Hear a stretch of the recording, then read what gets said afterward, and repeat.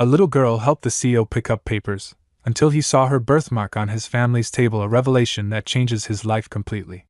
Before we dive into this incredible story, drop a comment below and tell us where you're watching from. Enjoy the journey. The October wind whipped through downtown Chicago's financial district as William Harrison hurried toward the glass towers that housed his empire. At 45, Bill had built Harrison Industries from nothing into a billion-dollar conglomerate, but today felt different. The morning news had been brutal: another hostile takeover attempt, stock prices plummeting, and whispers that his age was finally catching up to him.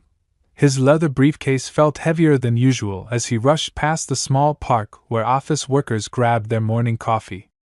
The doctors had been calling all week, wanting to discuss his latest test results, but Bill had no time for medical nonsense. He had a board meeting in 20 minutes that would determine his company's future. As he rounded the corner near Millennium Park, a sudden gust of wind caught him off guard.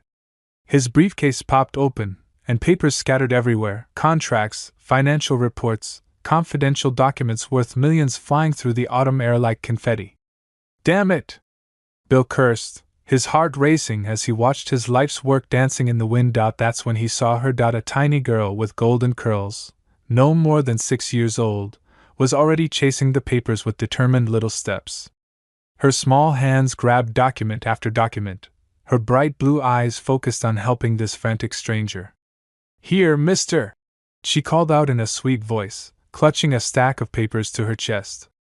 "I got lots of them." Bill's breath caught in his throat. Not because of her kindness, though that touched his hardened heart. Not because of her innocent smile that reminded him of someone he'd lost long ago. It was her right wrist. As she handed him the papers, her sleeve pulled back slightly, revealing a small birthmark, a perfect 5-pointed star, dark against her pale skin. The same birthmark that had marked the Harrison family for 4 generations. The same birthmark his daughter Sarah had carried. The same birthmark that had disappeared from his life 23 years ago when Sarah walked out his door in anger. Pregnant and alone, swearing she'd never speak to him again. "What's your name, sweetheart?" Bill whispered, his powerful voice cracking for the first time in decades. "Emma Grace," she said proudly, then pointed toward a small apartment building across the street. "I live over there with Mrs. Jensen. She takes care of me 'cause my mommy went to heaven when I was little." Bill's world tilted on its axis. Emma Grace. Sarah had always loved that name. "Emma," he repeated, kneeling down to her level, studying every feature of her face. The nose was Sarah's. The determined set of her jaw was pure Harrison. "How old are you, honey?" "6.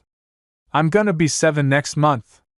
Mrs. Jensen says we might have a cake if she gets her disability check on time." Through the apartment window across the street, Bill could see an elderly woman watching nervously, probably wondering why this well-dressed stranger was talking to her ward. Bill's hands trembled as he pulled out his wallet, removing a crisp $100 bill. "Emma, this is for helping me. You make sure Mrs. Jensen gets this, okay?" Emma's eyes went wide. "That's more money than I ever seen." "Are you sure?" "I'm sure, sweetheart. Very sure." As Emma skipped back toward her building, clutching the money like treasure, Bill stood frozen on the sidewalk. 23 years of wondering what happened to Sarah. 23 years of regret eating away at his soul. And now, his phone buzzed with another urgent message from his board of directors, but for the first time in his career, William Harrison ignored it completely. Because somewhere in that little apartment across the street was a 6-year-old girl who might just be the granddaughter he never knew existed. A granddaughter who could change everything, if he was brave enough to find out the truth. But first, he had to discover what happened to Sarah, and whether Emma Grace's appearance in his life was a miracle, or the beginning of his greatest heartbreak yet. Bill Harrison sat in his executive office, staring out at the Chicago skyline as the board meeting he missed sent his phone into a frenzy of angry buzzes. But for the first time in 23 years, business wasn't his priority. Sarah's face haunted him. The last time he'd seen her, screaming through tears that he'd never understand what it meant to put family before money. She'd been 19, pregnant, and desperate for his support. Instead, he demanded she choose between the baby and her trust fund. Pride, he whispered to himself. Damn, pride destroyed everything. His assistant knocked tentatively. Mr. Harrison? The board is asking. Cancel everything for the week, Rebecca. Family emergency. Rebecca's eyebrows rose. In 15 years, Bill had never mentioned family. Within an hour, Bill had hired Marcus Thompson, Chicago's most discreet private investigator. Marcus was a former police detective who specialized in finding people who didn't want to be found. I need everything about Sarah Elizabeth Harrison, Bill said, sliding a photo across the desk. Last known address was Seattle, 2001. She was pregnant when she left. Marcus studied the photo. Sarah at 18, her bright smile and determined eyes so much like Emma's. Any reason she might have changed her name? She hated me enough to burn every bridge. Changing her name wouldn't surprise me. What about the father of the child? Bill's jaw tightened. Some college kid named Danny Martinez. Art student. I had my lawyers pay him to disappear when I found out about the pregnancy. Marcus made notes. And you're sure this little girl is connected? Bill rolled up his sleeve, revealing the distinctive star-shaped birthmark on his wrist. 4 generations of Harrisons have carried this mark. The girl has it too. That's not coincidence. As Marcus left to begin his investigation, Bill found himself driving back to the small apartment building where Emma lived. He parked across the street, watching through the windows. There she was, Emma Grace, sitting at a small table with an elderly woman who must be Mrs. Jensen. They were sharing what looked like peanut butter sandwiches, Emma's legs swinging as she chattered animatedly. The scene broke something inside Bill's chest. His granddaughter was eating peanut butter sandwiches while he owned restaurants that served $1,000 meals. She was worried about birthday cake money while he could buy the entire building without checking his account balance. His phone rang. Marcus, already with news. Found something interesting, Mr. Harrison. Sarah did change her name to Sarah Grace Martinez. Married Danny Martinez in Las Vegas, 2002. They had a daughter, Emma Grace Martinez, born November 15, 2017. Bill's heart pounded. Where are they now? That's where it gets complicated. Sarah Martinez died in a car accident 18 months ago in Portland. Danny Martinez. Marcus paused. He overdosed 3 months after Sarah's death. Heroin. The world spun around Bill. Sarah was gone. Forever. And Emma had lost both parents before she was even 5 years old. How did she end up with Mrs. Jensen? Margaret Jensen was Sarah's neighbor in Portland. She's 72, retired teacher, living on Social Security. No family of her own. When Child Services couldn't find any relatives for Emma, Mrs. Jensen stepped up as emergency foster care. They moved to Chicago when Mrs. Jensen could no longer afford Portland rent. Bill closed his eyes. Sarah had been in Portland, just a few states away, and he'd never known. Never tried to find her. Never swallowed his pride long enough to apologize. Mr. Harrison? There's something else. Mrs. Jensen has been trying to adopt Emma officially, but she can't afford the legal fees. And, Marcus hesitated. She's been having health problems. Diabetes, heart issues. Social Services is starting to ask questions about her ability to care for a 6-year-old long-term. Terror shot through Bill's veins. Emma could be taken away. Put into the system. Lost forever, just like Sarah had been. But there was something Marcus didn't know yet, something that could change everything. Emma Grace Martinez was actually Emma Grace Harrison. She was his blood, his legacy, his chance at redemption, and he was going to fight heaven and hell to bring her home. The next morning, Bill stood outside the modest apartment building, wearing jeans and a simple sweater instead of his usual tailored suits. He practiced this conversation 100 times, but his hands still shook as he climbed the narrow stairs to apartment 3B. Margaret Jensen answered the door cautiously, her silver hair pulled back in a neat bun, her eyes wary behind wire-rimmed glasses. "You're the man from yesterday," she said. "The one who gave Emma money." "Yes, ma'am." William Harrison. I was hoping we could talk. About what? Mrs. Jensen's protective instincts were clearly on high alert. About Emma. And about Sarah. The color drained from Mrs. Jensen's face. You knew Sarah? She was my daughter.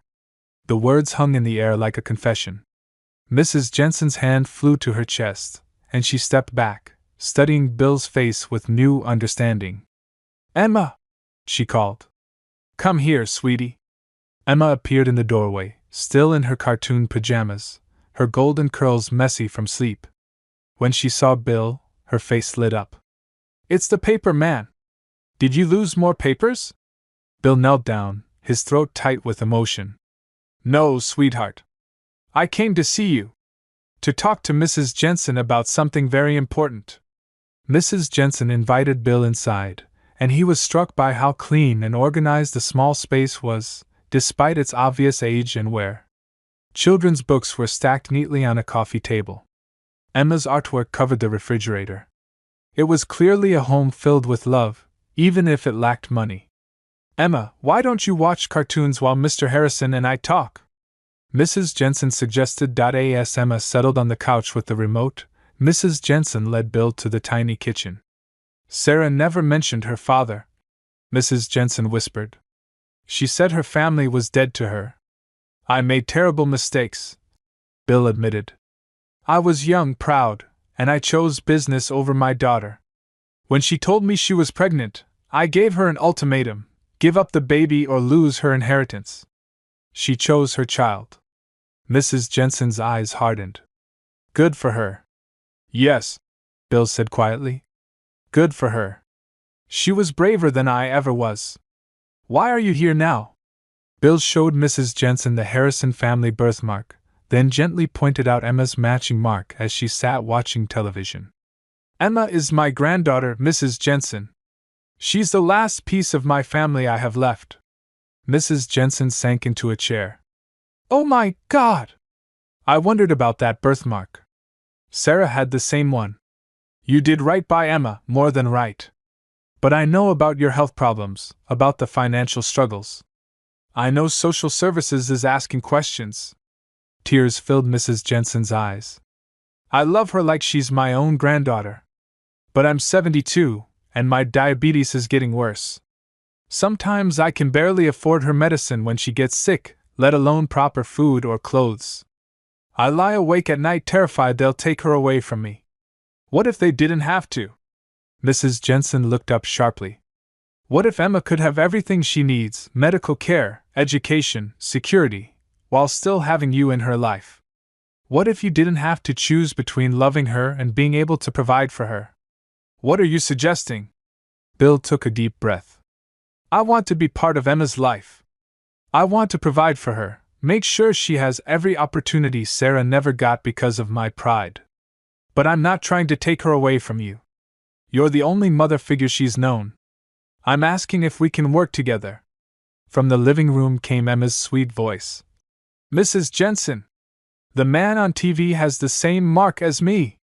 Both adults looked over to see Emma holding up her wrist next to a commercial featuring an actor with a similar birthmark. That's not the same mark, baby, Mrs. Jensen called back gently, but Bill's heart was racing, because he knew what this moment meant. Emma was starting to notice things. Starting to ask questions, and very soon, she was going to ask the one question that would change all their lives forever. Why do I have this mark, and where did it come from? That evening, Bill returned to his empty penthouse overlooking Lake Michigan. The space was immaculate, expensive, and completely soulless, a monument to everything Sarah had accused him of valuing over family. He poured himself a scotch and pulled out a box he hadn't opened in over 2 decades. Inside were photos, letters, report cards, and memories of the daughter he'd let slip away. Sarah at age 5, missing her front teeth, grinning as she helped him plant flowers in their old backyard. Sarah at 10, presenting him with a handmade Father's Day card that read, "World's Best Daddy," in crayon. Sarah at 16, rolling her eyes at his overprotective rules but hugging him goodnight anyway. And then the last photo, Sarah at 18, her high school graduation. She'd been so proud, so ready to change the world. That was just months before everything fell apart. The fight replayed in his mind like a nightmare he couldn't escape. "Dad, I need you to listen to me," 19-year-old Sarah had pleaded, her hands protectively covering her barely visible pregnancy. "Danny loves me. We want to get married, raise our baby together. He's a penniless art student, Sarah. He'll drag you down into poverty. You have everything, your trust fund, your future, your education at Northwestern. Don't throw it all away for some college romance. This isn't about money, Dad. This is about love, about family. The things you taught me were most important before Mom died." That was the line that had sent Bill over the edge. Bringing up Catherine's death, using it as ammunition in their fight. "Don't you dare bring your mother into this. She would want what's best for you, not what feels good right now. I'm giving you a choice, Sarah. The baby or your family. You can have both." "Then I choose my baby," Sarah had said, tears streaming down her face. "Because I'm like you, I know what unconditional love means." She'd walked out that night and never came back. Bill had been so certain she'd return. So sure that a few weeks of struggling would bring her crawling back, ready to be reasonable. Instead, his pride had cost him 23 years with his daughter and 6 years with his granddaughter. His phone buzzed with a text from Marcus. "Found Sarah's journals in storage. Mrs. Jensen has them. Thought you should know." Bill's hands trembled. Sarah's journals might contain her thoughts about him, about their fight, about Emma. They might also contain the answers to questions he was afraid to ask. The next morning, he returned to Mrs. Jensen's apartment. Emma was at a neighbor's house, playing with another child, giving the adults privacy to talk. "I want you to know something about Sarah," Mrs. Jensen said, settling into her worn armchair. "She talked about you sometimes. Especially when she was pregnant and scared." Bill's breath caught. "What did she say?" "She said you weren't a bad man, just a man who forgot what mattered. She said she hoped her baby would have your strength but not your stubbornness." Mrs. Jensen reached under her coffee table and pulled out a small wooden box. "These are Sarah's journals. She kept them her whole life. I've been saving them for Emma when she gets older, but—" She paused. "Maybe you should read them first." Bill's hand shook as he accepted the box. "Are you sure? Sarah wrote about you right up until the end, Mr. Harrison. I think she would want you to know what she really thought, not just what she said in anger when she was 19. That night, Bill opened the first journal, Sarah's teenage writing, filled with typical high school drama but also peppered with entries about Dad working late again, and "I wish Dad would talk to me about Mom instead of just working all the time." Then came the entries from college. "Dad called today. He never asks how I'm doing, just about my grades. I think he loves me, but he doesn't know how to show it anymore. Not since Mom died." And then, the entry that broke his heart. "Found out I'm pregnant today. I'm terrified to tell Dad. He'll think I'm throwing my life away, but I can't give up this baby. I already love him or her so much. I wish Mom was here to help me figure out how to make Dad understand." But it was the final entry that destroyed him completely. "Emma Grace was born today. She's perfect. She has Dad's birthmark in Mom's eyes. I named her Emma after Mom's middle name and Grace because that's what I hope Dad finds someday, the grace to forgive us both. I know he thinks I chose the baby over him, but I was hoping I could choose both. I was wrong." Bill closed the journal, tears streaming down his face. Sarah hadn't chosen the baby over him. She'd been hoping to choose both, and he made it impossible. Marcus Thompson called Bill at dawn with urgency in his voice. "We need to meet. Now. I found something about Emma's situation that changes everything." They met at a quiet diner near Bill's office, Marcus sliding a thick folder across the table. "Mrs. Jensen didn't tell you the whole truth about Emma's placement," Marcus began. "Emma isn't in informal foster care. She's in the system officially, and there's a court hearing scheduled for next month." Bill's blood ran cold. "What kind of hearing?" "Termination of Mrs. Jensen's guardianship. The state says she's too old and too sick to care for a 6-year-old. They want to place Emma in a permanent foster home or put her up for adoption. But Mrs. Jensen said, Mrs. Jensen is scared. She's been getting letters from social services for weeks. Her diabetes is worsening, she had a small heart episode last month, and her landlord is threatening eviction for late rent. The state thinks Emma would be better off elsewhere. Bill felt his world tilting. Who's handling the case? Social worker named Jennifer Walsh. She's thorough, by the book, and she genuinely believes she's doing what's best for Emma. But here's the thing, she has no idea Emma has family. What do you mean? Marcus pulled out another document. When Mrs. Jensen applied for guardianship after Emma's parents died, she listed no known relatives on the forms. She told the truth as far as she knew. Sarah never mentioned you. Danny's family wanted nothing to do with Emma after his overdose, and nobody thought to do a deeper search. Bill studied the papers. Emma Grace Martinez, orphan, ward of the state, heading toward permanent separation from the only family she had left. There's more, Marcus continued. I did some digging on Jennifer Walsh. She's good at her job, but she's also got 43 cases on her desk. She's been pushing for Emma's placement because she thinks a younger family can provide better stability. Have you told her about me yet? Not yet. I wanted to talk to you first because there's a complication. Bill's stomach dropped. What complication? Mrs. Jensen has been telling Emma that her daddy and mommy are angels watching over her.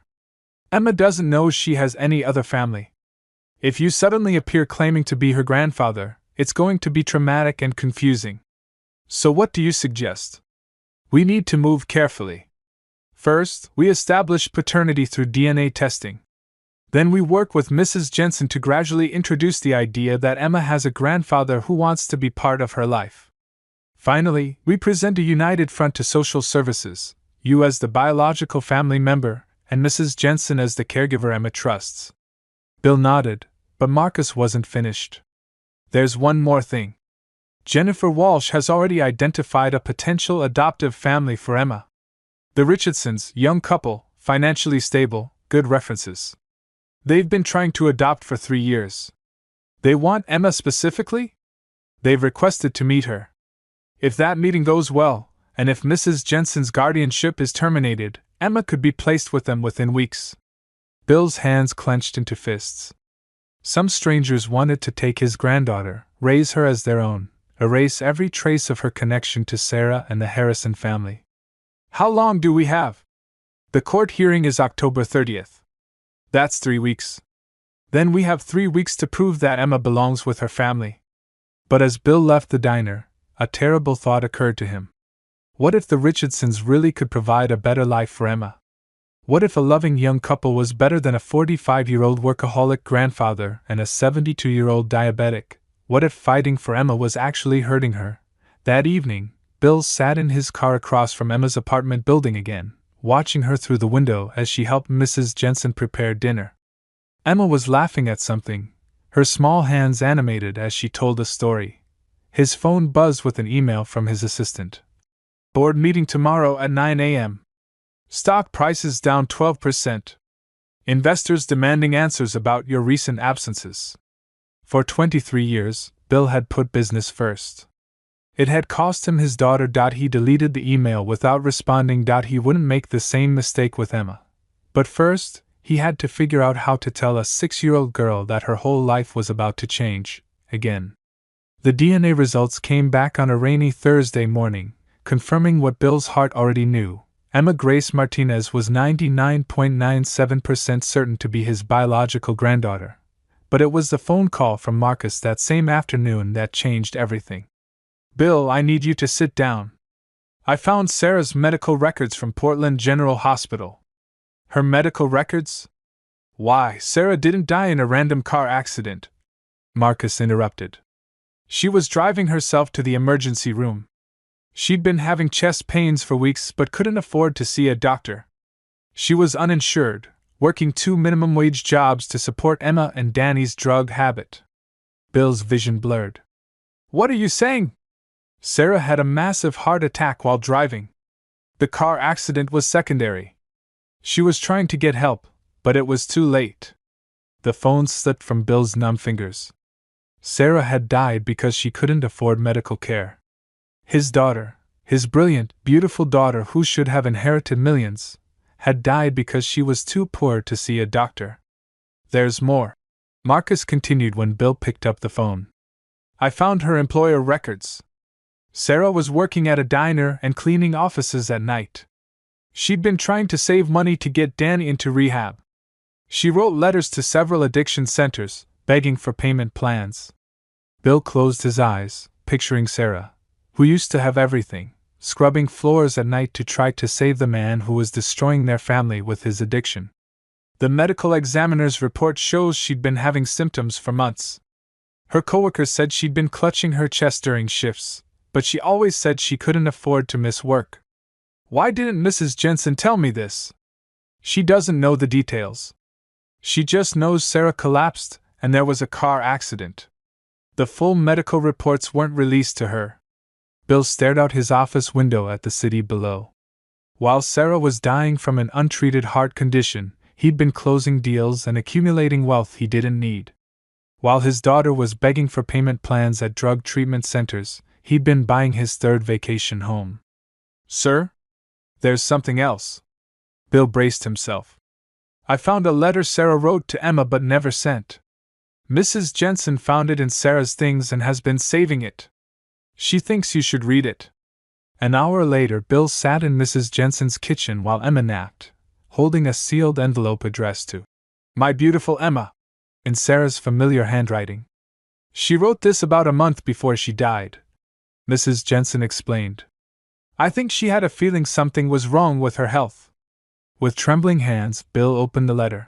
My sweet Emma, if you're reading this, it means Mommy went to be with the angels before I could tell you all the things I wanted you to know. You are the most precious gift I've ever received, and being your mommy has been the greatest joy of my life. I want you to know about your grandpa. His name is William Harrison, and he lives in Chicago. I was very angry with him when you were born because we had a big fight when I was young and scared. But Emma, he's not a bad man. He's just a man who forgot how to show love after his wife, your Grandma Catherine, died. Your grandpa has a birthmark just like yours. It's been in our family for a very long time. When you see that mark on your wrist, remember that you come from strong people who love deeply, even when they don't know how to say it. If something happens to me, I hope someday you'll find your grandpa. I hope he's learned that love is more important than money, and I hope he can give you all the things I couldn't. Tell him I forgave him long ago. Tell him I understand why he was scared when I was pregnant. He thought he was protecting me. Tell him I named you Grace because that's what I hope he finds. You are loved, Emma Grace. By me, by your daddy Danny, even when he's sick, and by a grandpa who doesn't know you exist but who will love you with all his heart when he finds you. Be brave, be kind, and remember that sometimes the best families are the ones we choose to build, not just the ones we're born into. All my love forever, Mommy. Bill couldn't breathe. Sarah had forgiven him. She'd understood. She'd named Emma, Grace, for him, and she died believing he didn't know his granddaughter existed, when the truth was so much worse. He'd known she existed and had chosen pride over love. Mr. Harrison? Mrs. Jensen's voice seemed to come from far away. Are you all right? Bill looked up, tears streaming down his face. She forgave me, Mrs. Jensen. Sarah forgave me, and I never got to tell her I was sorry. You can tell Emma, Mrs. Jensen said softly. You can make sure Emma knows her mother's love and her grandfather's love. You can make sure she never has to choose between them. From the bedroom came Emma's sleepy voice. Mrs. Jensen? Is someone crying? Bill wiped his eyes quickly as Emma appeared in the doorway, her hair messy from her nap, her bright eyes concerned. Emma, sweetheart, Mrs. Jensen said gently. Mr. Harrison has something very important to tell you. Emma climbed onto Mrs. Jensen's lap, looking at Bill with curious eyes. Bill took a deep breath, knowing that the next words out of his mouth would change everything. Emma, do you remember how you have that special mark on your wrist? Emma nodded, holding up her arm. Well, I have the same mark. And so did your mommy. Emma's eyes widened. Really? Really? And that mark means we're family, Emma. I'm your grandpa. Emma stared at Bill for a long moment, her 6-year-old mind processing this impossible revelation. Then, with the pure honesty that only children possess, she asked the question that broke Bill's heart. If you're my grandpa, where have you been? Mrs. Jensen shifted uncomfortably, but Bill knew this moment required complete truth. I made a terrible mistake, Emma. I had a fight with your mommy before you were born, and I was too proud and too scared to say I was sorry. I thought she would come back home, but she never did. Emma's small fingers traced the birthmark on her wrist. Mommy never told me about you. She was protecting you, sweetheart. And she was still hurt by our fight. Are you going to take me away from Mrs. Jensen? The fear in Emma's voice was unmistakable. Bill looked at Mrs. Jensen, who nodded encouragingly. No, honey. Mrs. Jensen loves you very much, and you love her. I don't want to take you away from her. I want to be part of your family, if you'll let me.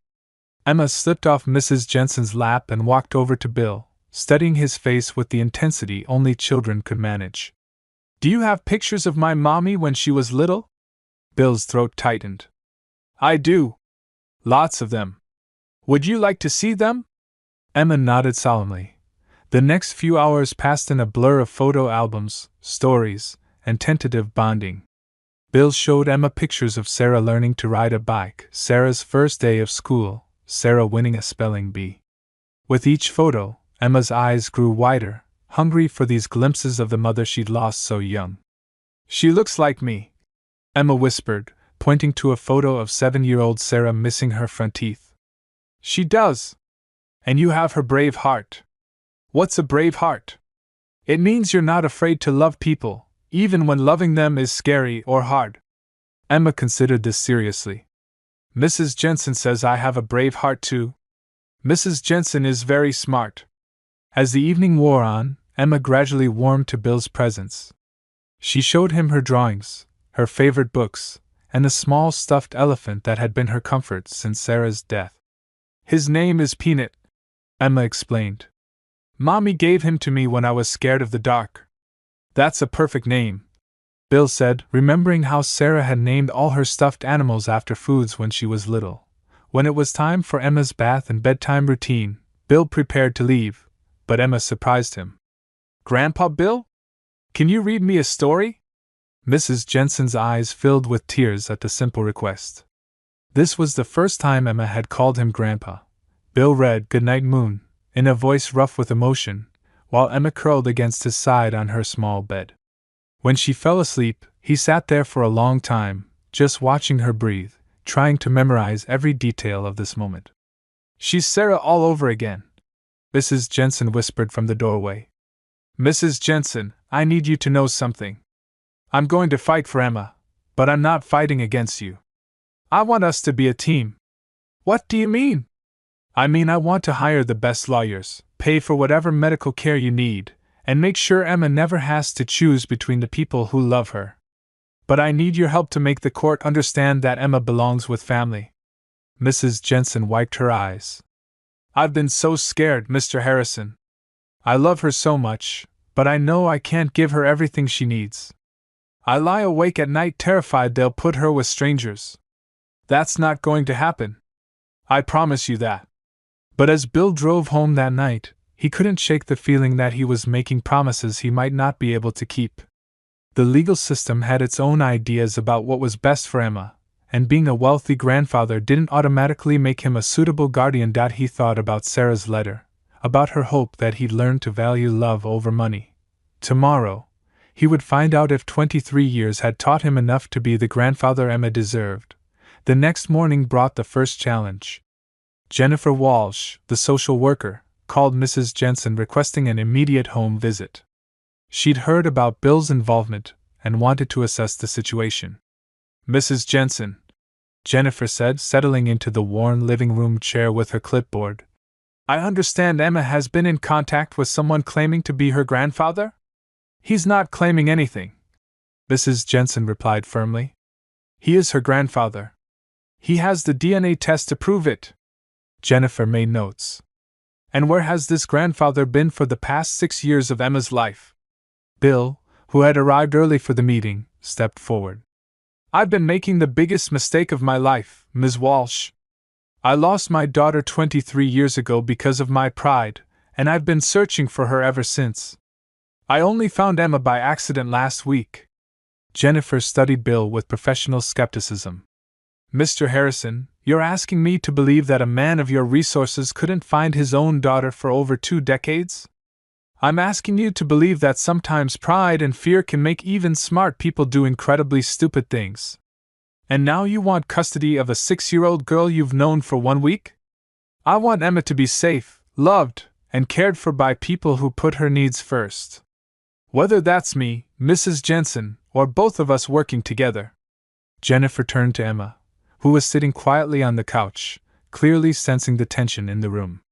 Emma, how do you feel about Mr. Harrison? Emma looked between the adults, her wise eyes taking in more than a 6-year-old should have to process. He makes Mrs. Jensen less scared, Emma said simply. And he has pictures of my mommy. Jennifer made more notes, her expression unreadable. I'll need to conduct a full investigation, Mr. Harrison. Background checks, financial assessments, psychological evaluations. The court hearing is in 2 weeks, and I need to determine what placement recommendation I'll be making. After Jennifer left, Bill found Emma in her room, quietly coloring at her small desk. Emma, are you worried about what's going to happen? Emma set down her crayon. Mrs. Jensen says maybe I'll have to go live with different people. But I don't want to leave her. What if I told you that I'm going to do everything I can to make sure you never have to leave Mrs. Jensen? Promise? Bill looked into those trusting blue eyes, Sarah's eyes, and made the most important promise of his life. I promise, Emma Grace. We're family, and families stick together. But even as he said the words, Bill knew the fight was just beginning. The background investigation turned Bill's life upside down in ways he never expected. Jennifer Walsh was thorough, professional, and utterly relentless in her pursuit of what she believed was best for Emma. Mr. Harrison, she said during their formal interview at the social services office, your work schedule shows you regularly put in 70-hour weeks. You travel internationally at least twice a month. You've never been married, have no experience with children, and live in a penthouse apartment with no child-proofing whatsoever. Bill had prepared for these questions, but hearing them laid out so starkly made him realize how his life looked from the outside. You're right about my work schedule, Ms. Walsh. But Emma is my priority now. I'm in the process of restructuring my business responsibilities to allow for a more balanced schedule. And Mrs. Jensen? Mrs. Jensen has been Emma's primary caregiver for over a year. She knows Emma's routines, her fears, her favorite foods, her bedtime stories. I'm not trying to replace Mrs. Jensen, I'm trying to support her. Jennifer flipped through her notes. Mrs. Jensen is 72 years old with diabetes and heart problems. She's behind on rent and struggling financially. How is maintaining this arrangement in Emma's best interests? Because love matters more than perfect circumstances. Emma has already lost her parents. Taking her away from the only stable caregiver she's known would be traumatic. Mr. Harrison, I've identified an excellent potential placement. The Richardson family has been approved for adoption, they have experience with children, and they can provide the stability that Emma needs. Bill's chest tightened.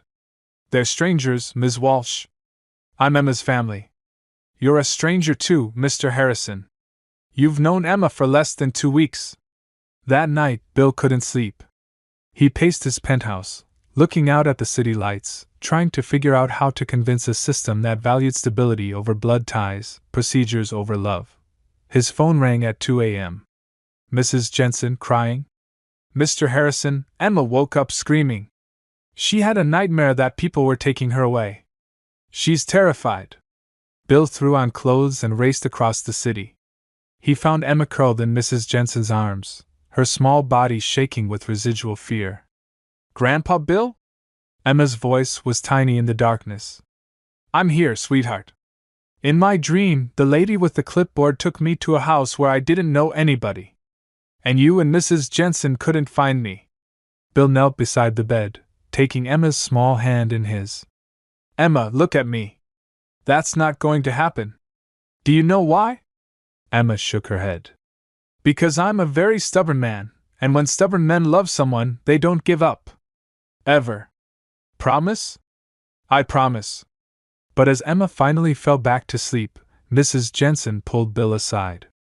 There's something I need to tell you. Jennifer Walsh called me this afternoon. She's recommending that Emma be placed with the Richardson family immediately after the hearing. Bill felt the world tilt. What did you tell her? I told her Emma belongs with her family. But Mr. Harrison. Mrs. Jensen's voice broke. What if she's right? What if Emma would be better off with a younger family who can give her everything? Do you believe that? Mrs. Jensen was quiet for a long moment. I believe Emma needs people who love her unconditionally. But I also know that love isn't always enough. The next morning brought more bad news. Marcus called with an update on his investigation into the Richardson family. They're perfect, Bill. Too perfect. He's a pediatric nurse, she's an elementary school teacher. They've been trying to adopt for 3 years, they have excellent references, and they genuinely want to help a child. There has to be something. There isn't. They're exactly what the system thinks Emma needs: young, stable, experienced with children, and completely devoted to the idea of being parents. Bill slammed his fist on his desk. Damn it, Marcus. I'm her grandfather. That has to count for something. It does count. But the system is asking a fair question. What can you give Emma that the Richardsons can't? Bill stared out his office window, watching the morning commuters hurry past on the street below. What could he give Emma that a perfect young couple couldn't? And then it hit him. Marcus, I need you to find out everything you can about Sarah's life in Portland. Every job she worked, every person she knew, every struggle she faced. Why? Because I need to prove that Emma doesn't just need a family, she needs her family. She needs to know where she comes from, who her mother was, and why her heritage matters. Bill, that's a pretty emotional argument to make to a family court judge. Then I'll make it an emotional argument. Because sometimes the heart knows things that paperwork can't measure. But as Bill hung up the phone, he realized he was about to face the biggest challenge of his business career. And possibly his life. He had 5 days to convince a judge that a workaholic grandfather and an elderly diabetic were better for Emma than a perfect young couple who had been waiting 3 years to become parents. 5 days to prove that love really was more important than circumstances. 5 days to honor Sarah's memory and keep his promise to Emma. The stakes had never been higher, and Bill Harrison had never felt less prepared for a fight. Bill's world exploded on Tuesday morning when Marcus burst into his office with a manila folder and a grim expression. We have a problem. A big one. Marcus threw photos across Bill's desk, images of Bill entering and leaving Mrs. Jensen's apartment building, telephoto shots of him with Emma at a nearby park, and documents that looked official and damning. Someone's been watching you, Bill. And they've been building a case against you. Bill's blood ran cold. Who? That's what I've been trying to figure out. But whoever it is, they've done their homework. They know about your business practices, your work schedule, even your medical history. Bill picked up one of the photos, him pushing Emma on a swing, both of them laughing. In isolation, it looked innocent. But presented the right way. They're going to say I'm some kind of predator, aren't they? Worse. They're going to say you're an unstable workaholic who's having a midlife crisis and using a vulnerable child to fill an emotional void. Who would do this? Marcus hesitated. I think it's someone who wants Emma placed with the Richardson family. Someone who has access to both your personal information and the social services files. Bill's mind raced. Jennifer Walsh? She's the obvious suspect, but I don't think so. She's thorough, but she's ethical. This feels more personal. The intercom buzzed. Mr. Harrison? There's a Detective Rodriguez here to see you. He says it's about Emma Martinez. Bill's heart stopped. Send him in. Detective Rodriguez was a heavy-set man in his 50s with tired eyes and a no-nonsense demeanor. He sat down across from Bill's desk and pulled out a notebook. Mr. Harrison, I'm investigating a complaint about your interactions with a minor child. Emma Martinez. What kind of complaint? Someone reported that you've been approaching this child inappropriately, giving her money, and trying to gain access to her home. Bill felt the room spinning. Detective, Emma is my granddaughter. I have DNA evidence to prove it. I'm sure you do, sir. But the person who filed this complaint claims you've been stalking this child and her guardian, and that you're using false family claims to gain their trust. That's insane. Who filed this complaint? I can't reveal that information, Mr. Harrison. But I need to ask you some questions. The interrogation lasted 2 hours. Detective Rodriguez was professional but thorough, asking about Bill's relationship with Sarah, his recent absences from work, his financial situation, and his interactions with Emma. Mr. Harrison, help me understand something. You're a successful businessman worth millions of dollars. You claim this child is your granddaughter, but you've had no contact with her for 6 years of her life. Now suddenly you're spending time with her every day. Can you see how that might look suspicious? Detective, I didn't know Emma existed until 2 weeks ago. I lost touch with my daughter 23 years ago, and I've been searching for her ever since. Finding Emma was an accident that changed my life. And Mrs. Jensen? How did you convince an elderly woman to let you into her home and around her foster child? I showed her the DNA results. I showed her family photos. Mrs. Jensen knew my daughter in Portland. She can verify everything I've told you. Detective Rodriguez made notes. I'll need to speak with Mrs. Jensen independently. And Mr. Harrison? I strongly advise you to limit your contact with Emma until this investigation is complete. You're asking me to stay away from my granddaughter? I'm asking you to be smart. If you really care about this child's welfare, you won't do anything that could jeopardize her placement. After Detective Rodriguez left, Bill sat in his office, staring at the photos spread across his desk. Someone had orchestrated this perfectly, making his legitimate attempts to connect with Emma look sinister and predatory. Marcus returned with more disturbing news. I found out who's behind this. It's not who we expected. Who? David Richardson. The potential adoptive father. Bill stared at Marcus. The pediatric nurse who wants to adopt Emma? He's not just a pediatric nurse, Bill. He's a pediatric nurse who's been trying to adopt for 3 years and has been turned down repeatedly. Emma represents his last chance. He and his wife are aging out of most adoption programs. So he's trying to eliminate the competition. It's more than that. I did some deeper digging. David Richardson has a brother who works in private investigation. They've been building a case against you from the moment you appeared on the scene. Bill felt sick. How do you know this? Because I found the brother. Tony Richardson. He's been following you, taking photos, and feeding information to David. Then David's been feeding selected information to social services, making it look like concerned citizen reports. Is that legal? Technically, yes. Citizens can report suspected child endangerment. And David Richardson genuinely believes he's protecting Emma from you. Bill's phone rang. Mrs. Jensen, sobbing. Mr. Harrison, they took her. Social services came with a police officer and took Emma. They said there were concerns about her safety. Bill's vision went black around the edges. Where did they take her? Emergency foster care. They said it was temporary, until the hearing, but Emma was screaming for me. She was so scared, Mr. Harrison. She kept asking why you weren't helping her. Bill closed his eyes, hearing Emma's voice from her nightmare. In my dream, the lady with the clipboard took me to a house where I didn't know anybody. Her nightmare had come true. Mrs. Jensen, listen to me. This isn't over. I'm going to fix this. How? They said the hearing is moved up to this Friday. That's 3 days, Mr. Harrison. 3 days to prove we deserve to keep Emma. After hanging up, Bill turned to Marcus. I need everything you can find on David and Tony Richardson. Every detail of their lives, their finances, their adoption attempts, everything. Bill, even if we expose what they've done, it doesn't change the fact that there's still a good placement for Emma.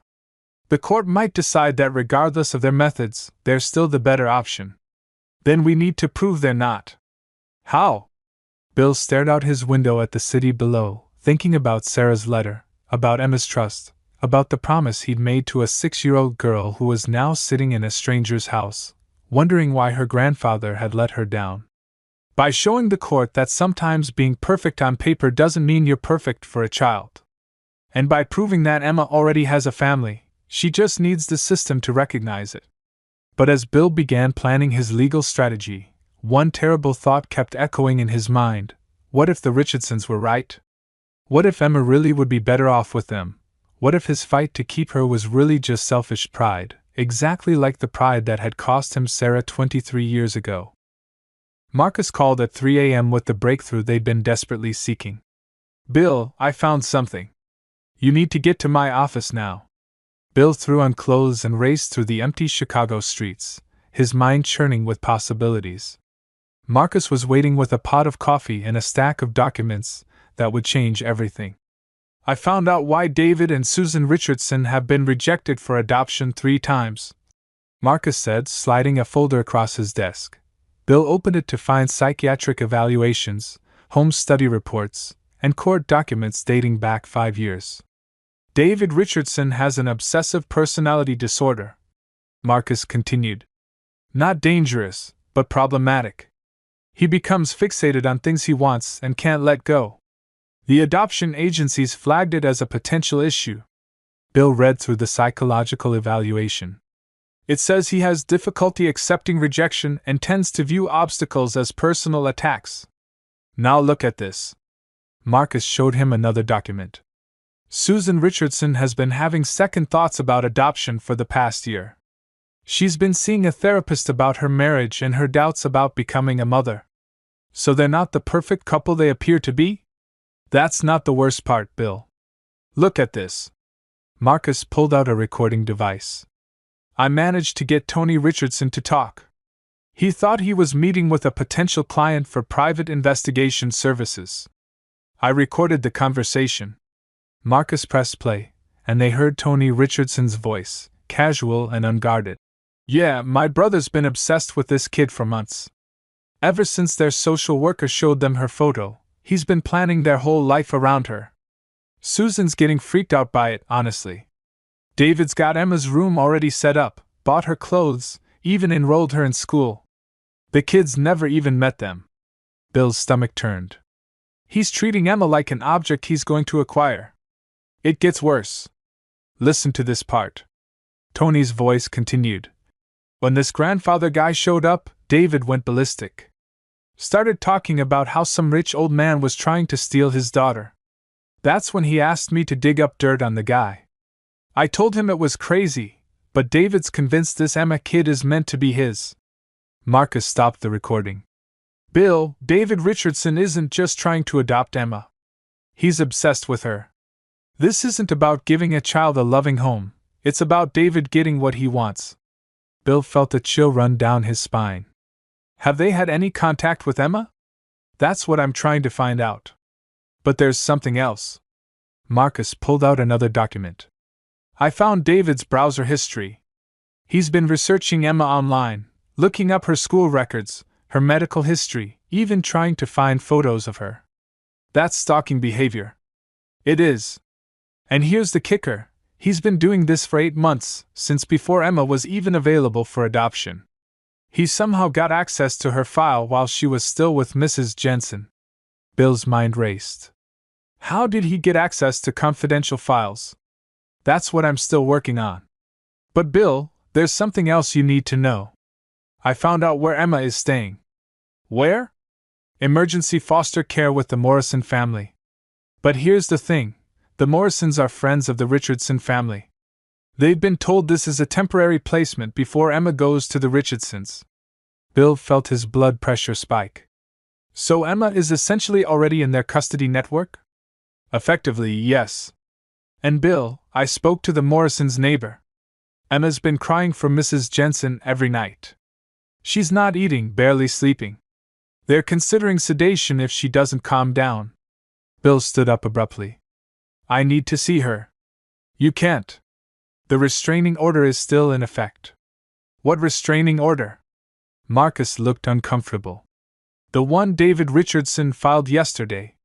He claimed you were a threat to Emma's safety and got a temporary restraining order preventing you from contacting her until after the hearing. Bill felt trapped, desperate, and furious all at once. His granddaughter was crying herself to sleep in a stranger's house while a man with an obsessive disorder legally maneuvered to acquire her like a possession. Marcus, I need you to get this information to Jennifer Walsh immediately. And I need you to find out exactly how David Richardson gained access to Emma's confidential files. Already on it. But Bill, there's something else. I think Susan Richardson might be willing to talk. Her therapist's notes suggest she's having serious doubts about her husband's behavior regarding Emma. Set up a meeting. Are you sure? If David finds out, I don't care what David finds out. Emma has been in that foster home for 2 days, and according to you, she's falling apart. I won't let that continue. The meeting with Susan Richardson took place at a quiet coffee shop downtown. Susan was a petite woman in her 30s with kind eyes and an anxious demeanor. She looked exhausted and conflicted. Mrs. Richardson, thank you for meeting with me, Bill began carefully. I shouldn't be here, Susan said quietly. David would be furious if he knew. Mrs. Richardson, I need you to know that I'm not trying to hurt your family. I'm just trying to protect my granddaughter. Susan's eyes filled with tears. I know who you are, Mr. Harrison. I've seen the photos David has been collecting, the files he's been studying. This isn't normal behavior. What do you mean? David has been obsessed with Emma since he first saw her picture. Our spare bedroom is already decorated as her room. He's planned out her entire childhood, her education, her activities. He talks about her like she's already our daughter. Bill leaned forward. Susan, Emma is 6 years old and has already lost both her parents. She's been living with Mrs. Jensen for over a year, and Mrs. Jensen is the only stability she's known. Taking her away from that would be traumatic. I know, Susan whispered. I've tried to tell David that maybe we should wait for a different child, one who doesn't have family connections. But he won't listen. He says Emma is meant to be ours. What are you going to do? Susan was quiet for a long moment. I'm going to tell the court the truth at the hearing tomorrow. That David's obsession with Emma isn't healthy, and that maybe Emma belongs with her real family. Bill felt a surge of hope. Susan, that's incredibly brave. It's also going to end my marriage, Susan said sadly. But I can't be part of taking a child away from people who love her just because my husband is obsessed with the idea of being a father. As Susan left the coffee shop, Bill realized that tomorrow's hearing would determine not just Emma's future, but the futures of everyone involved, and for the first time since this nightmare began, he felt like they might actually have a chance. Bill couldn't sleep the night before the hearing. He sat in his penthouse at 3 a.m., surrounded by legal documents, photos of Sarah, and the family birthmark that had started this entire journey.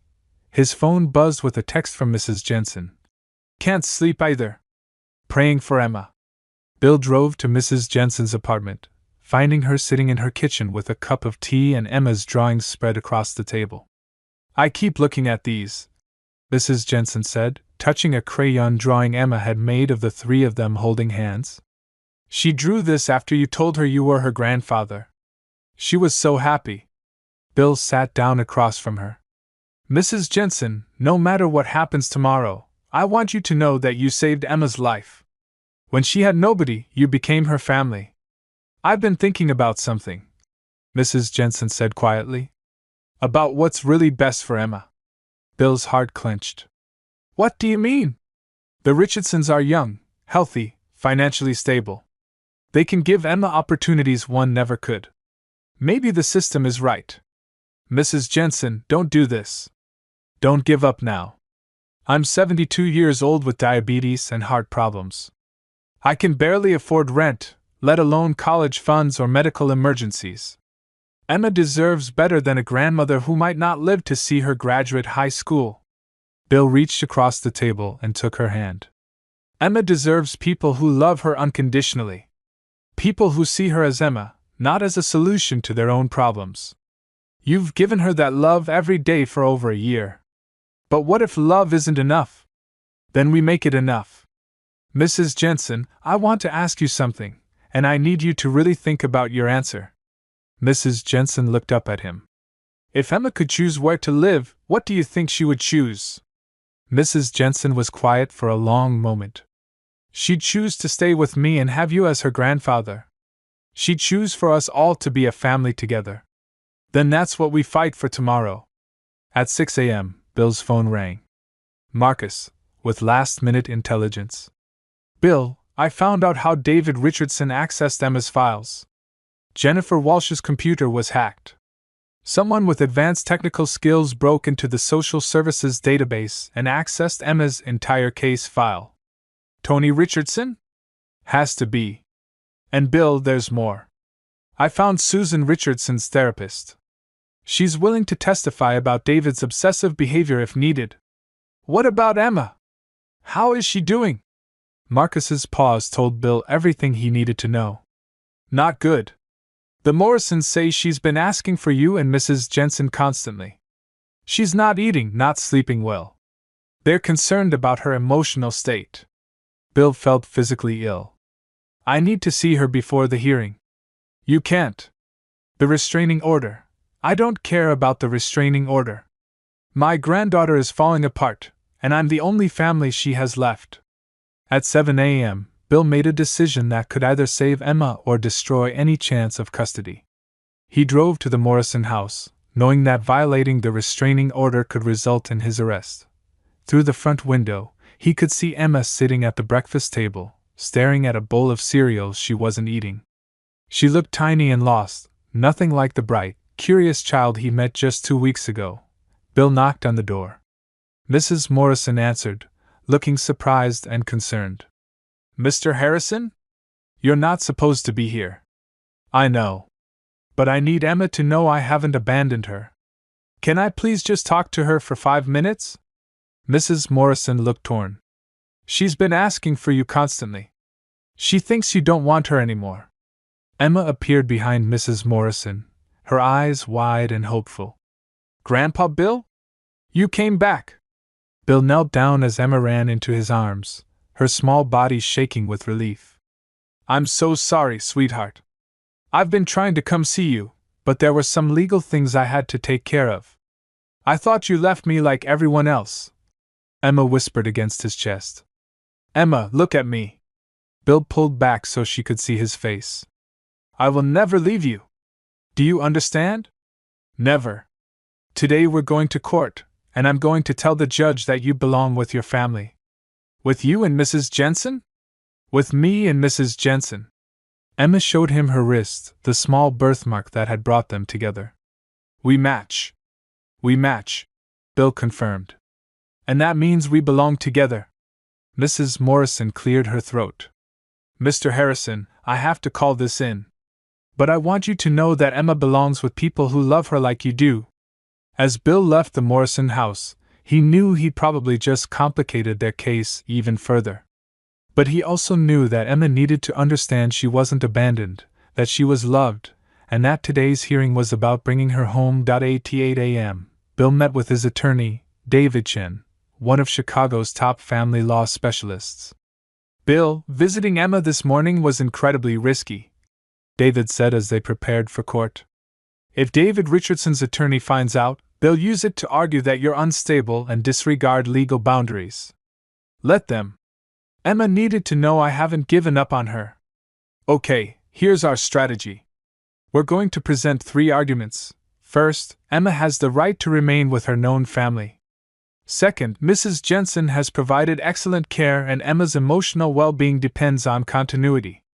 Third, David Richardson's obsessive behavior makes him unsuitable as a guardian. What about the Richardson's strengths? They're going to point out that they're young, stable, and experienced with children. David Chen smiled grimly. Let them. Because we have something they don't have. What's that? We have Emma's voice. And today, for the first time in this process, Emma is going to tell the court where she wants to live.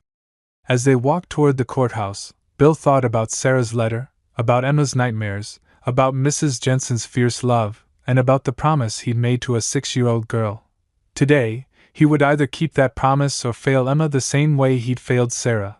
But this time, Bill Harrison was ready to fight for love over pride, for family over convenience, and for a little girl who deserved to grow up knowing she was wanted exactly as she was.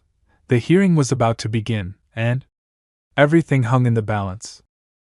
Judge Patricia Hawkins had presided over family court for 22 years, but the tension in her courtroom that Friday morning was unlike anything she'd experienced. On one side sat William Harrison with his attorney and Mrs. Jensen, whose hands trembled as she clutched Emma's drawings. On the other side, David Richardson sat alone. Susan had filed for separation the night before and refused to attend. Emma sat in the front row with her court-appointed advocate, wearing a yellow dress Mrs. Jensen had bought for her 7th birthday. She looked small and fragile, but her eyes were alert, watching every face in the room. "This hearing will determine the permanent placement of Emma Grace Martinez," Judge Hawkins began. "We have 3 placement options before us: continued guardianship with Mrs. Margaret Jensen, placement with Mr. William Harrison as biological grandfather, or adoption by Mr. David Richardson." David Richardson's attorney, Patricia Wells, stood first. "Your Honor, my client represents stability and experience. Mr. Richardson is a pediatric nurse with 14 years of experience caring for children. He can provide Emma with a traditional 2-parent home, financial security, and age-appropriate caregivers." Judge Hawkins nodded. "Mr. Richardson, please tell the court why you believe Emma should be placed with you." David Richardson stood, his voice steady but his eyes intense. "Your Honor, I've been preparing for Emma's arrival for months. Her bedroom is ready, she's enrolled in the best school district, and I've already arranged for tutoring and extracurricular activities. Emma deserves parents who can give her everything." "Mr. Richardson," Judge Hawkins interrupted, "can you explain your involvement in the investigation of Mr. Harrison?"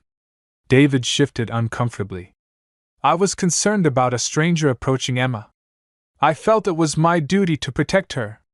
By hiring your brother to conduct surveillance and filing false reports with police?" "I never filed false reports, Your Honor. I reported genuine concerns about an older man approaching a vulnerable child."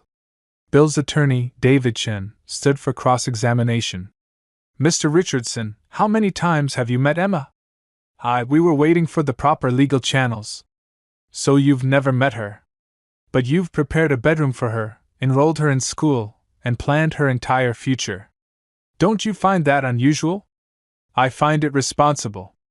"Mr. Richardson, is it true that your wife filed for separation yesterday because she was concerned about your obsession with Emma?" David's face flushed red. "My personal life is not relevant to Emma's placement." Judge Hawkins leaned forward. "Mr. Richardson, I'm concerned about your psychological evaluation from 3 previous adoption attempts. Can you explain why you were deemed unsuitable for placement?" "Those were different circumstances, Your Honor. Different agencies with different standards." David Chen produced a document. "Your Honor, this is a recording of David Richardson's brother discussing Mr. Richardson's obsession with Emma, made before Mr. Richardson had ever met the child." As the recording played, revealing David's months of planning and researching Emma's life, the courtroom fell silent. David Richardson's face went pale. Judge Hawkins made notes. "Mr. Chen, call your first witness." Mrs. Jensen walked to the witness stand with shaking hands but a determined expression. "Mrs. Jensen," David Chen began gently, "tell the court about your relationship with Emma." "Emma came to me when she was 4 years old, after her parents died. She was scared, traumatized, and didn't trust anyone. It took months for her to feel safe enough to sleep through the night."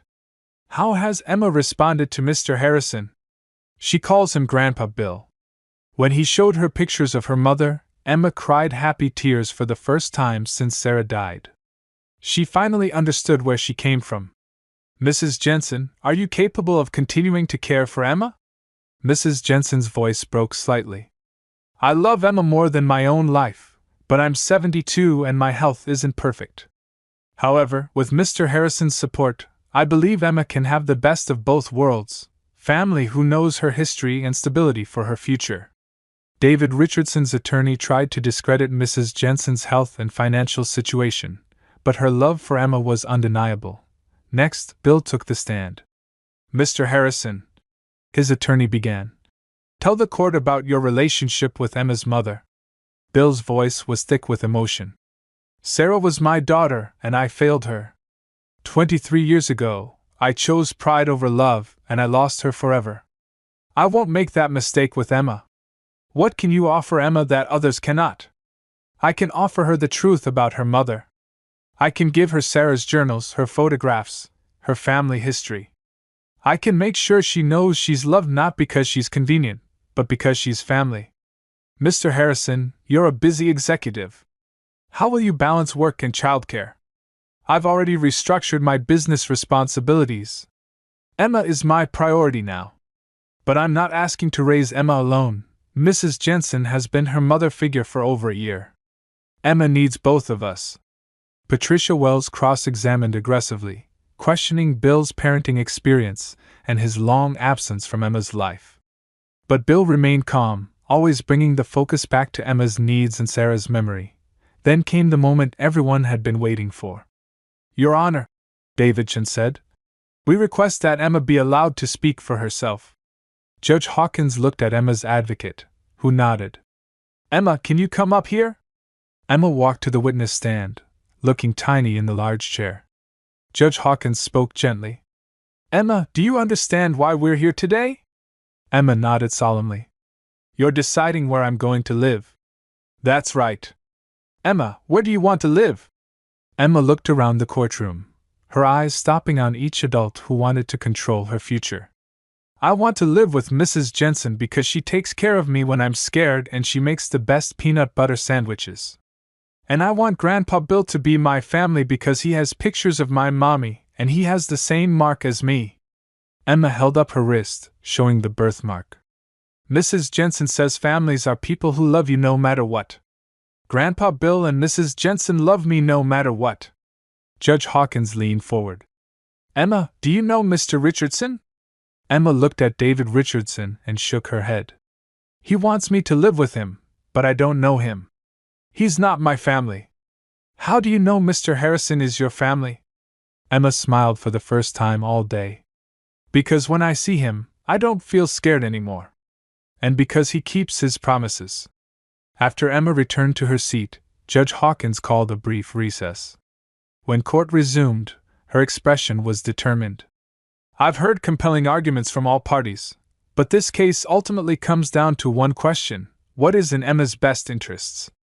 Mr. Richardson, your desire to help a child is admirable, but your behavior toward Emma has been obsessive and inappropriate.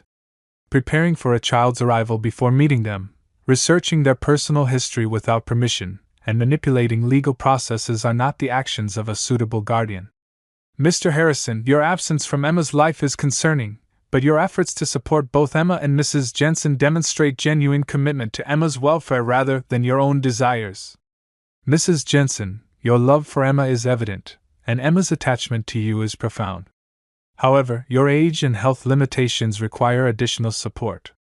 Therefore, the court awards joint custody of Emma Grace Martinez to her biological grandfather, William Harrison, and her current guardian, Margaret Jensen, with Mr. Harrison designated as primary guardian for legal purposes. Emma will continue to live with Mrs. Jensen with Mr. Harrison's full support and involvement." Emma's face lit up like the sun breaking through clouds. She ran to Mrs. Jensen and Bill, wrapping her arms around both of them. Judge Hawkins continued, "Mr. Harrison, you will provide financial support for Emma's care and Mrs. Jensen's health needs. Mrs. Jensen will continue as Emma's primary daily caregiver. This arrangement will be reviewed annually to ensure it remains in Emma's best interests." As they left the courthouse, Emma walking between her grandfather and her guardian, Bill thought about Sarah's letter. She had hoped he would find grace, the grace to forgive, to love unconditionally, and to put family first. Looking down at Emma's bright smile and Mrs. Jensen's relieved tears, Bill realized he had finally learned what Sarah had tried to teach him 23 years ago. Love wasn't about perfection or control or having all the right answers. Love was about showing up, keeping promises, and choosing family every single day. Emma Grace Harrison, he would make sure she legally carried the Harrison name.